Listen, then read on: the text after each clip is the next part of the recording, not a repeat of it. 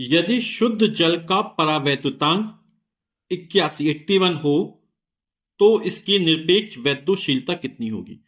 तो परावैद्युतांक को कैसे लिखते हैं, तो जो के का मान दिया गया है वो हमको 81 दिया गया है। निरपेक्ष वैद्युतशीलता, तो जो पदार्थ है शुद्ध जल, इसकी निरपेक्ष वैद्युतशीलता हमने मान ली एप्सिलॉन है, तो इसका मान हमको ज्ञात करना है।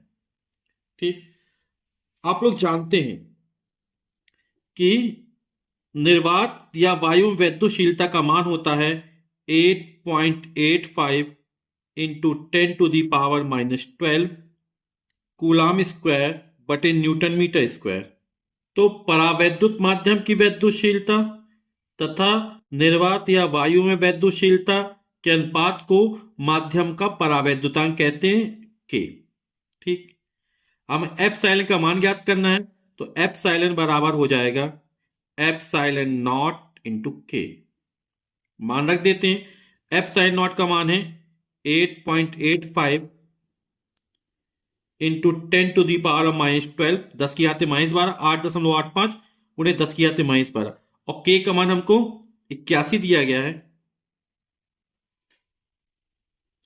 तो हो जाएगा 8.85 इंटू 81 गुणे 10 की घाते -12। जब 8.85 में 81 का गुणा किया जाएगा तो ये गुणनफल आएगा 716.85 गुणे 10 की घाते -12।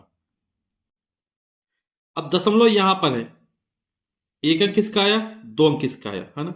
जब दशमलव इस तरफ खिसकता है तो जितने अंक खिसकेगा उतने हम इसमें प्लस कर देंगे, तो 2 अंक किसका आया तो हो जाएगा 7.1685, और इसमें 10 की घाते -12 में जब 2 जोड़ेंगे तो बचेगा -10, और इसको निकटतम मान में लिखना हो